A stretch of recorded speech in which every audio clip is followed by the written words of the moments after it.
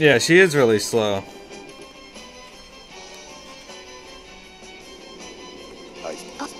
Those ones, but yeah. What? Fuck. I hit the... Damn it.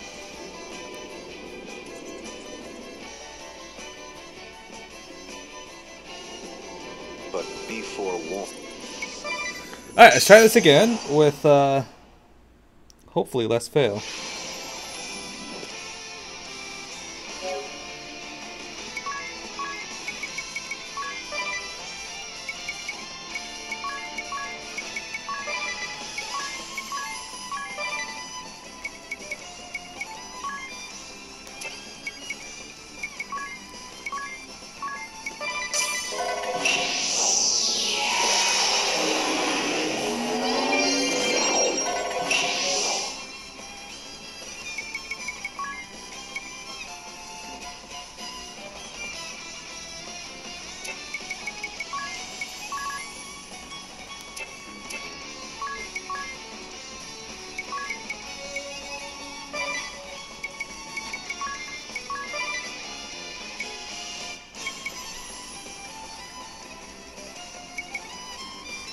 Let's have you attack for now.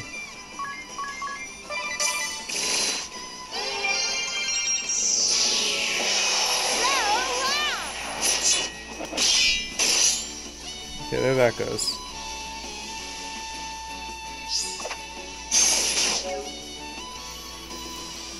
Okay.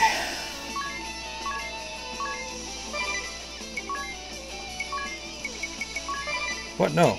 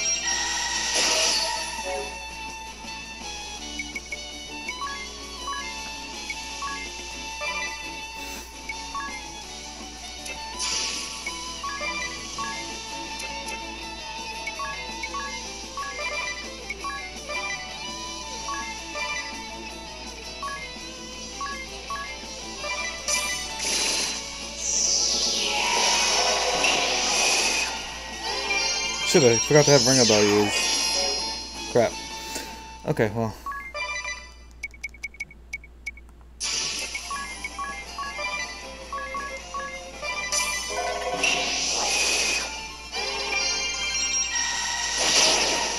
What the fuck? Why the hell's Energy Burst just killing them? Oh, that's stupid.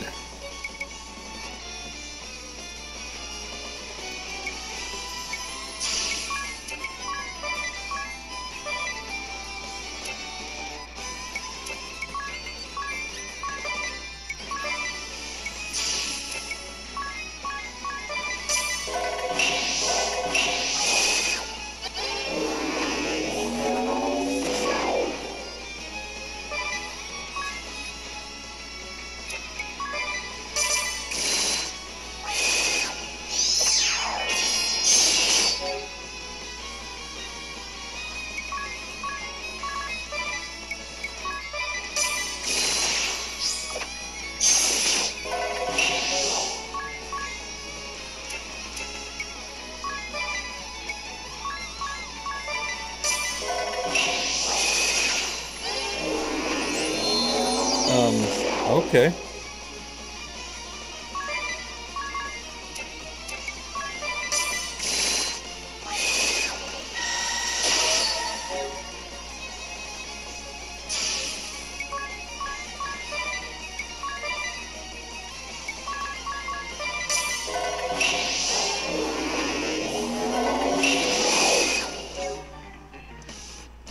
Hey Fluffy, how's it going? This fight is starting to annoy me.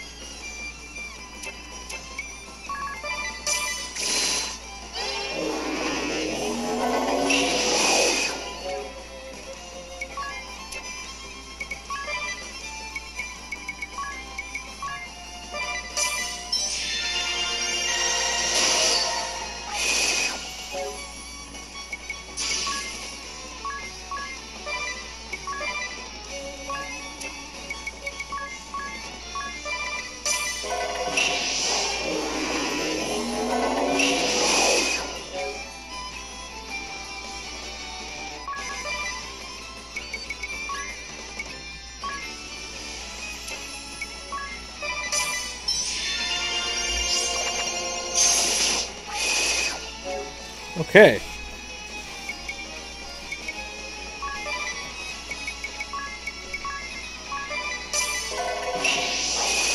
How are you doing, Fluffy? How's school treating you?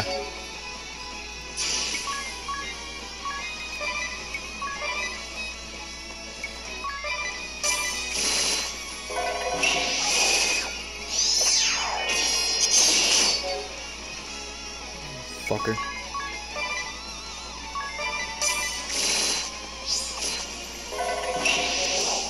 Okay, she was a little slow on that one.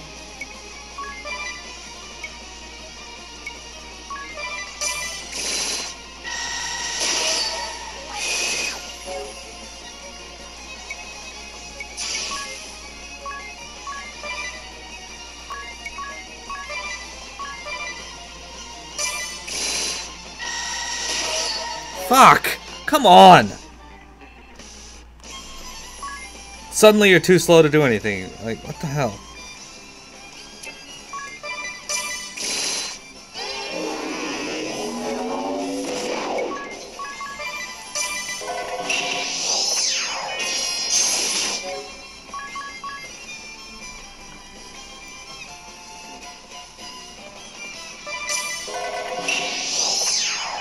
Seriously?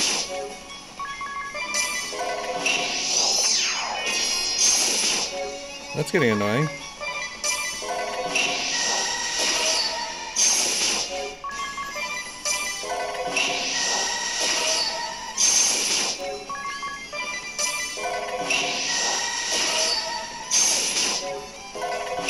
Alright, we'll just do this then. You're not going to be faster than Ring a Bell, so...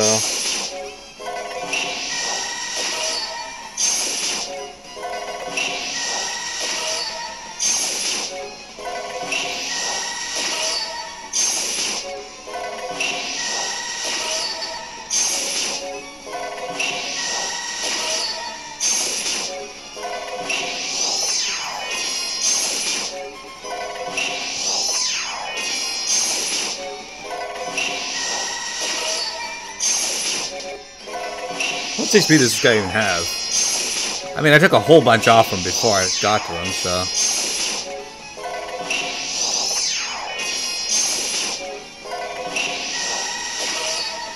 $150,000. So I gotta do this 150 times?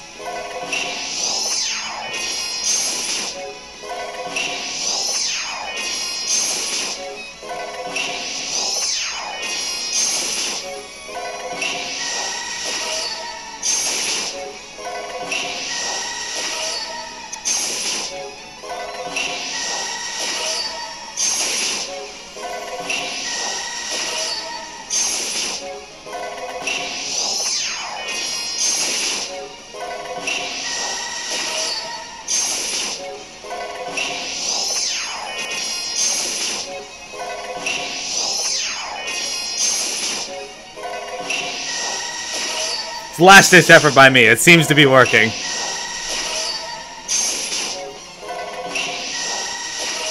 Well, this is one of the ways to beat him, just using 4 ninjas. I have a thief with the Tsutsumi or Ninjutsu sub right now.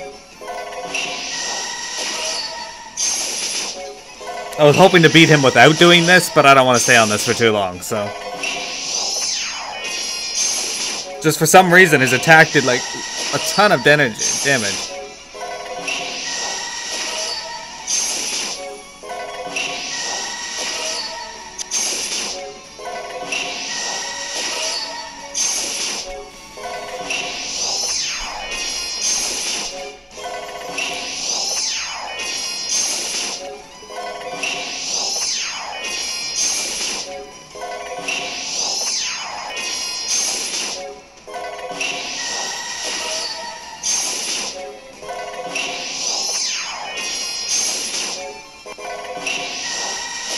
Hey, I tried to keep it going normally, but this guy insisted on doing this, and he's not faster than Ring a Bell, so this is gonna go on until he's dead. And I'm doing almost 1,000 damage per hit, so... Or sometimes over 1,000 damage per hit.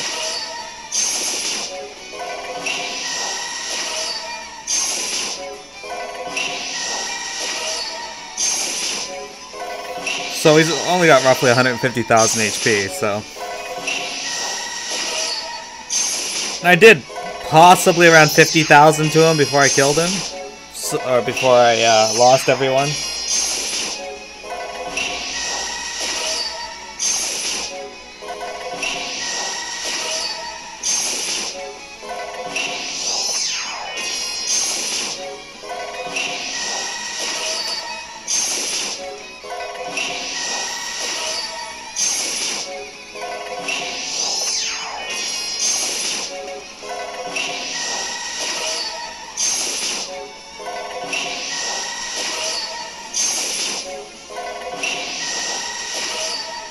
Hey, Shadow Drycan!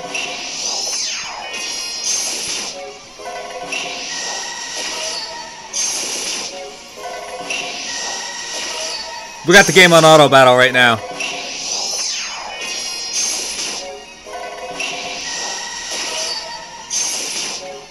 This boss is a bit of a dick though, so I'm not surprised he did this.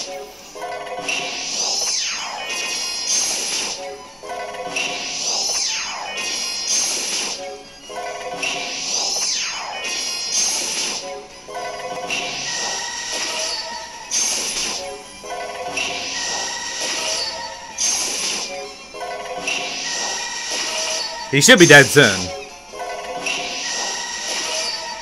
1, 2, 3, 4, 5, 6, 7, 8, 9, 10, 11, 12. So he's 10,000 damage there. And the crits are helping speed up the process. There he goes. How can this be? The immortal Lester DeRosso has been defeated? Yes. Hey, I tried to do that without being cheap, but you had to go and be an asshole.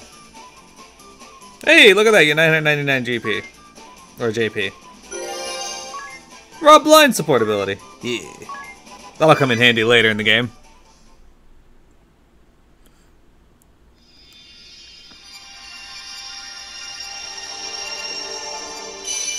You got the vampire aspects.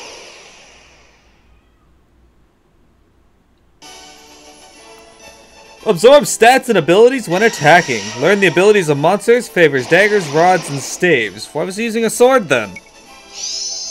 Well, he's got rank A in swords, so.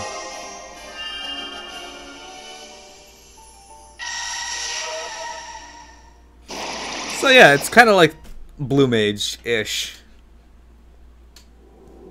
I am a man of my word. Behold, the final painting.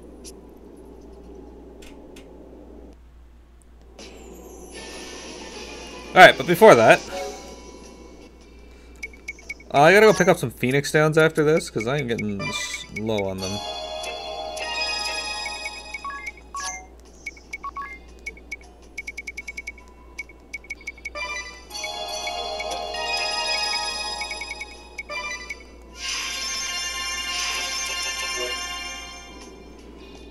Okay, let's look at this final painting.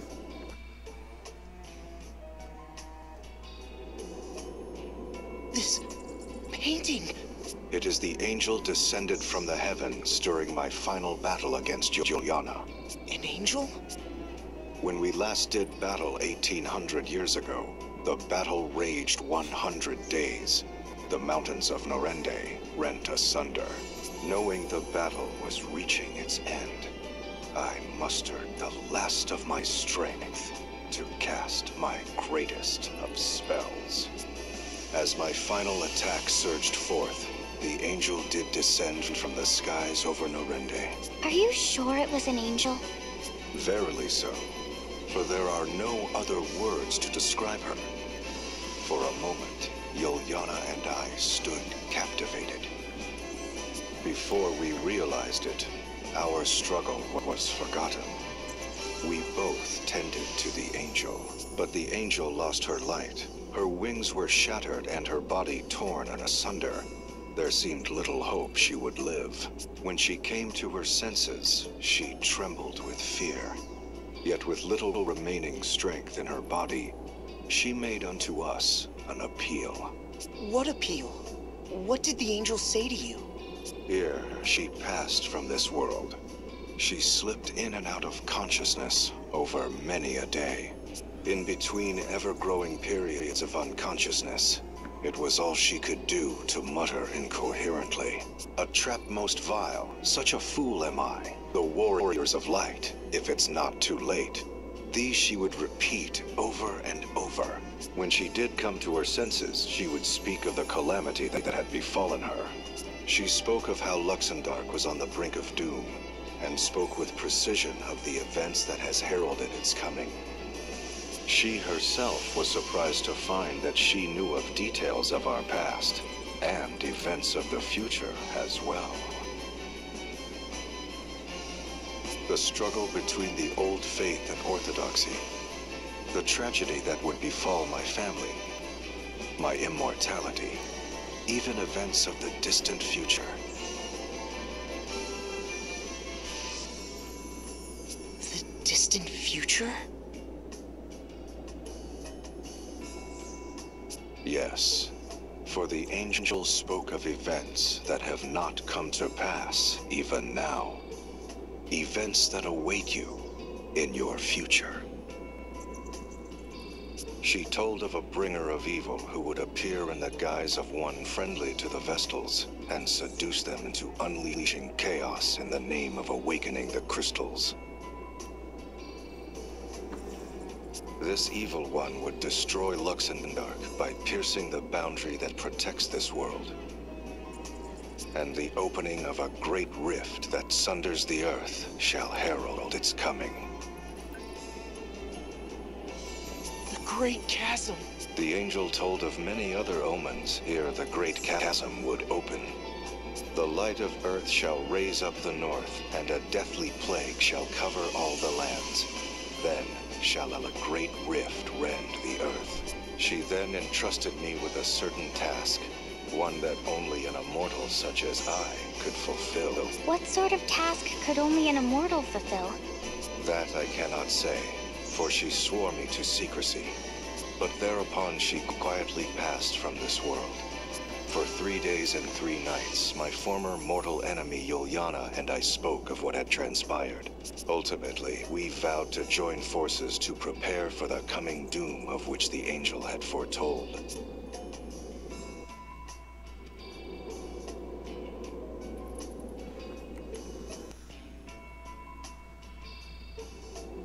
The painting of the angel. It all started with this fateful meeting. That it did, everyone. So now we got a bit of history of Lester DeRosso. We got a bit of history of Juliana and some of the events that led up to the game. I grow wary. I bid you, leave me in peace. Alright, fine. Fuck you too, buddy. Anyway, I didn't want to beat him that way. It's just... Lord DeRosso, there is one last matter I fail to understand. Why Juliana and I forgave the rebel Templar, even rendering him aid? Yes. Juliana and I conspired in a masquerade. He rose through the Orthodoxy's ranks for vanquishing me, and I went into hiding. That was when the first of the angel's omens came to be. The land's ringing Eternia began to rise. While the second omen, the plague, had not yet come to pass, we continued to watch over the crystals and the Orthodoxy. So did 1,700 years pass in relative peace, save for a handful of suspicious crises surrounding the crystals. It was not till 30 years ago that the omens returned as if out of legend. First, the land's ringing Eternia began to rise once more.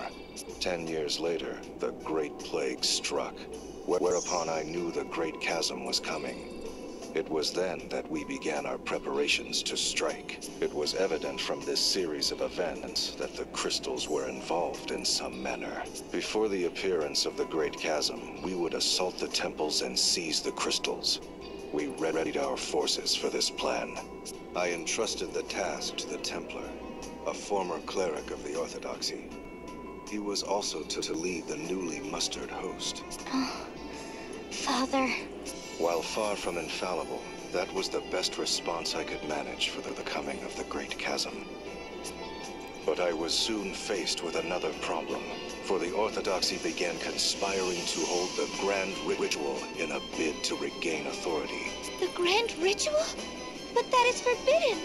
It raises the energy long accumulated within a crystal to a cataclysmic level! Indeed, and the Templar feared the heavy toll it would exact upon the crystal. He counseled us to dispatch our forces to the head temple with the greatest of haste. Were we to overlook the Grand Ritual and focus upon the coming Great Chasm? Or was the ritual the event that would bring upon the chasm? To wait or attack? The Templar and I could not agree. And so it was. He alone decided to lead a great host against the head temple and the Temple of the Crystal. That is why my father did what he did? As I have said before, the Templar is not the sort to send troops into battle over private matters, be they concerned with his wife or not. We threw our backing behind the Templar-led forces. Forever did we believe in his tireless resolve and action.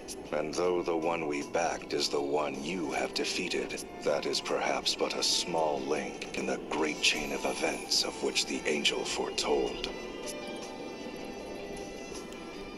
We are at Vampire Castle. We just got a massive story dump on how to, or what happened leading up to the events of this game.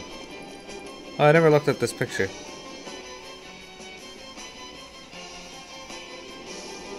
What is that glowing jewel-like object? I could swear I've seen something like that before. I believe you have seen a similar sight countless times. It is known as an asterisk. An asterisk? As in those objects we possess? Yes, indeed.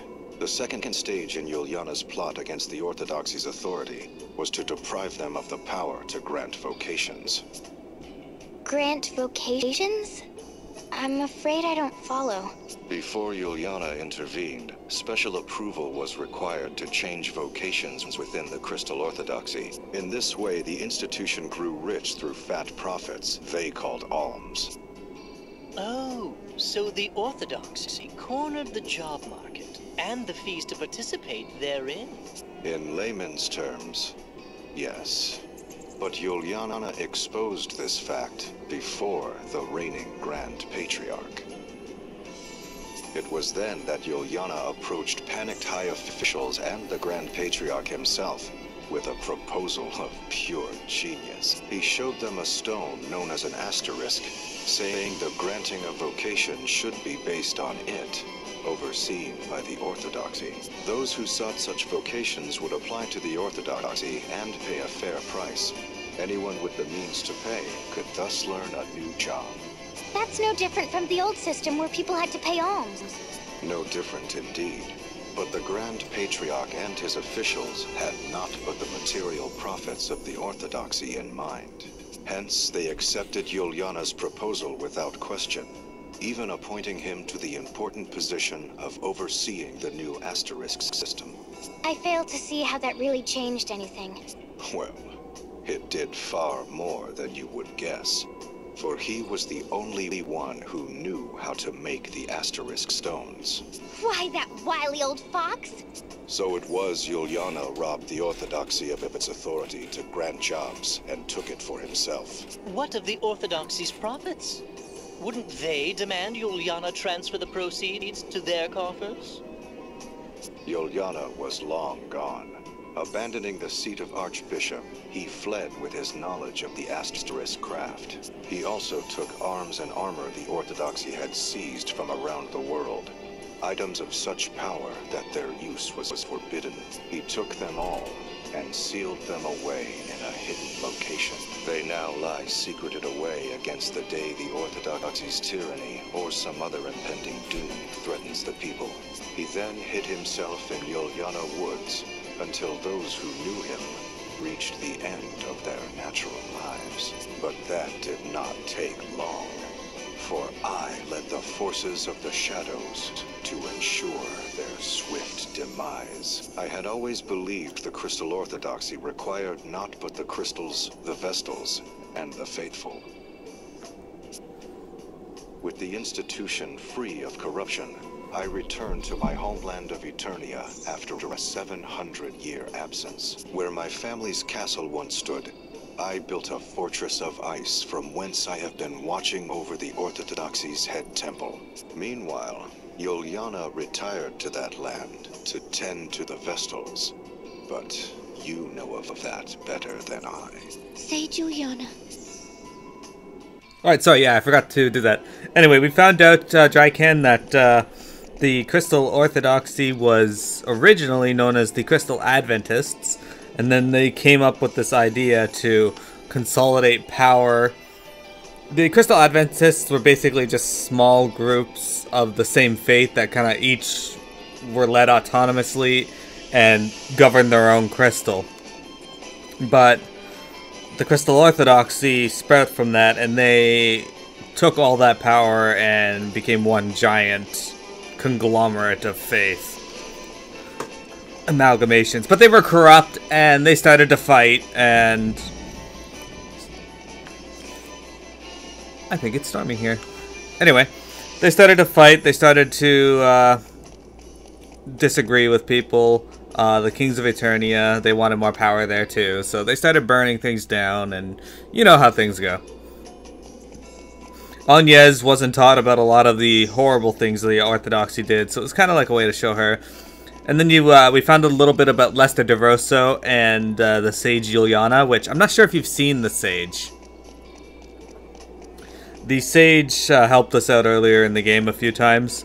Basically, he was a young guy appointed by the Orthodoxy a few hundred years ago, to root out evil, and he and Lester DeRosso fought each other countless times.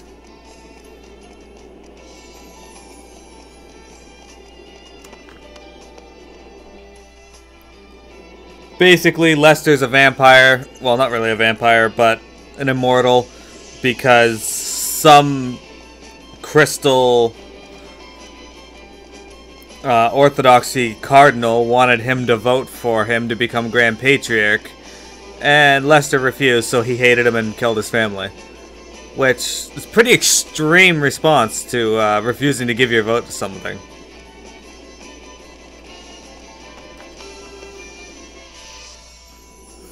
Yeah, you will see the Sage if you continue to watch. Just I don't know when his next appearance is exactly.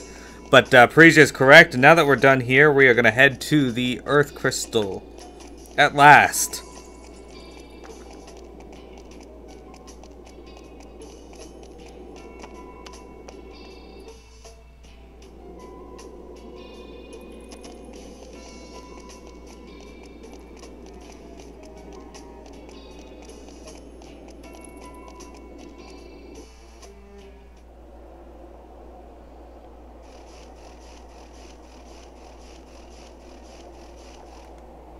Before I do that, though, I am going to equip.